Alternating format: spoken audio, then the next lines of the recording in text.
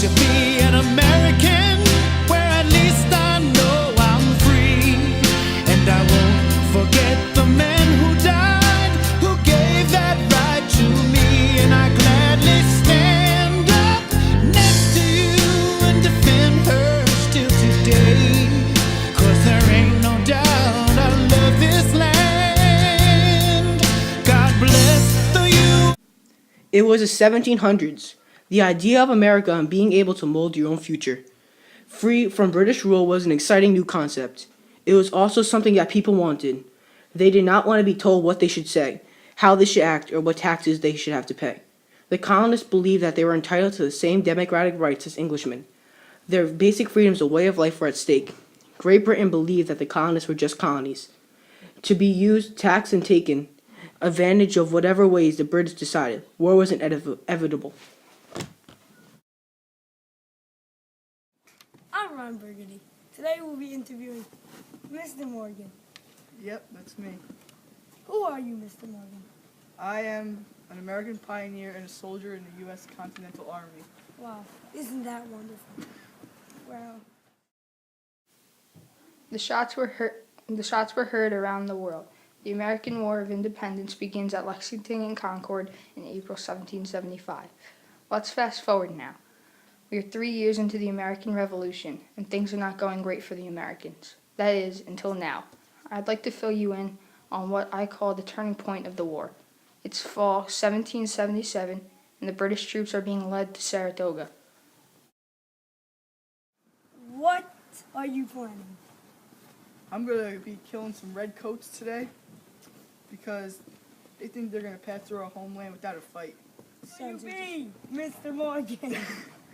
I'll be hiding in those trees and the bushes back there, and the lobsterbacks, they'll be walking through, and we're going to shoot them down.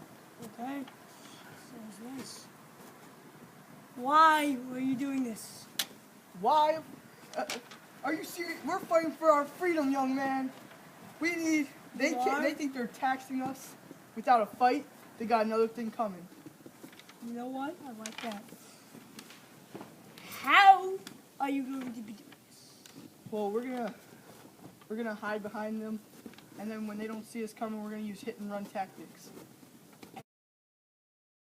On one side, there is General John Burgoyne. Burgoyne is wealthy and well-educated, a politician and art lover. He is also one of the best British cavalry officers in the army.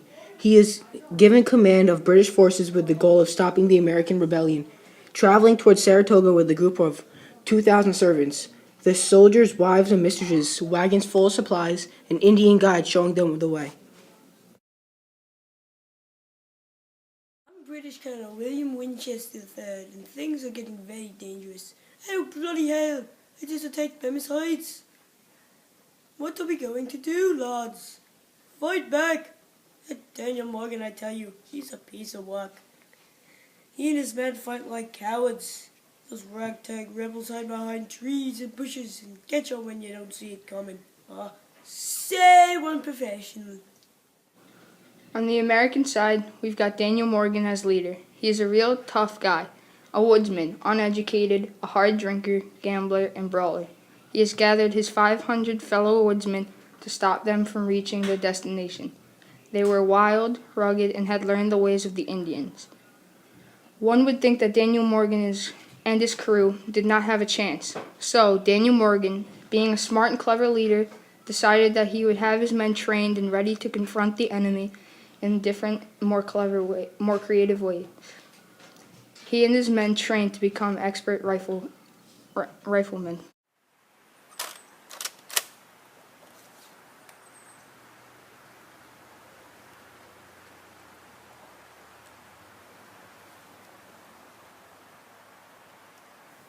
Let me tell you about their weapons. The Americans were armed with new rifles that were more accurate and lighter than the British muskets. The American rifle had a new innovation with a curved, slender barrel. The twist inside the barrel gave the bullet a spin that allowed the rifleman to hit a target that was up to 250 yards away. The British musket was only accurate at a third of that distance.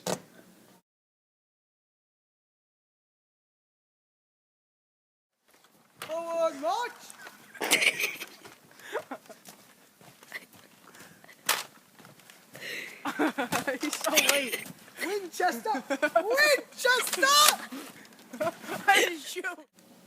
On September 19th, Burgoyne's army marched towards Saratoga. Morgan's riflemen waited in the woods to meet their enemy using guerrilla warfare. The marksmen did not care if hit-and-run tactics were considered dishonorable. They began shooting at the Indian guides so the British would be lost. After the Indian guides were eliminated, the riflemen began to fire at British officers. This was not a fair way to fight. It was an unwritten rule in warfare, but the Americans' responsibility was to stop General John Burgoyne's army from getting to Saratoga. People may think this was unethical, but Morgan was assigned the task, and he sure did it well.